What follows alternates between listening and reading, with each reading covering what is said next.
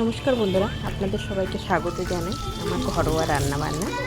আজ আমি বানাবো পাবদা মাছের মালাইকারি। তার জন্য নিয়েছি পাবদা মাছ, আর এই পাবদা মাছটাকে নুন হলুদ দিয়ে ম্যারিনেট করে নিলাম। এবার একটা কড়াই বসিয়ে উনুনে কড়াই বসিয়ে তাতে তেল দিলাম গরম করতে। সর্ষের তেল গরম হয়ে যাওয়ার পরে মাছগুলো একে একে করে ভাজতে দেবো। আমি একটু তেল কম দিয়েছি যাতে পাবদা মাছ একটু তেলাক্ত হয়, তো যার কারণে তেল ছিটকায়। এই কারণে মাছটা তেল কম দিয়ে একটু ভাজবো। এদিকে আমার মাছ ভাজতে দিয়ে দিয়েছি। আমি এখানে নারকেল কুড়ে নিলাম মালাইকারির জন্য। মাছটাকে উল্টে পাল্টে লাল করে ভেজে নেব।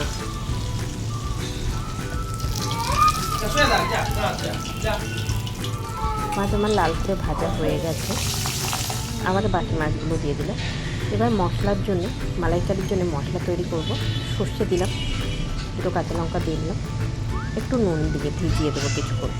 তারপরে কিছুক্ষণের জন্য একটু ভিজিয়ে রাখবো যাতে সর্ষেটা তিতো না লাগে।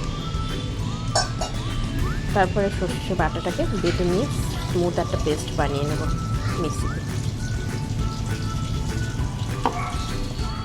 মাছ ভাজার তেলের মধ্যে একটুখানি কালো জিরে, কাঁচা লঙ্কা ফোড়ন দিয়ে দিতে পারেন। আমি আর দিইনি, কেননা আমরা খুব লঙ্কা কম খাই, আর আমরা বাড়িতে বাচ্চা আছে তার জন্য। আর দেওয়ার পরে আমি ওই বাটা মশলাটা দিয়ে দিলাম। ওর মধ্যে হলুদ গুঁড়োও দিয়ে দিলাম, সামান্য একটু নুন দিয়ে দেব, দিয়ে ভালো করে নেড়ে নেব। তার মধ্যে সামান্য জলও দিতে পারেন, এতে খুব বেশি জল দেন, কিন্তু আমরা একটু ঝোলটা একটু বেশি লম্বা খাই, তার জন্য একটু জল বেশি দিয়ে দেবো। দিয়ে ফুটতে দেবো। ফুটে গেলে মাছগুলো সব এক এক করে সেই ঝোলের মধ্যে দিয়ে দেবো। দেওয়ার কিছুক্ষণ আর দু মিনিট ফুটতে দিয়ে নারকেলের যে দুধ পেস্ট কুড়ে রেখে দিয়েছিলাম, সেই দুধটা আমি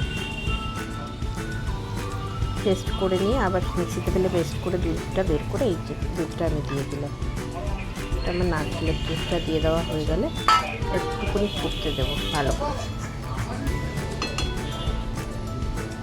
একটু মিষ্টি দেবো হালকা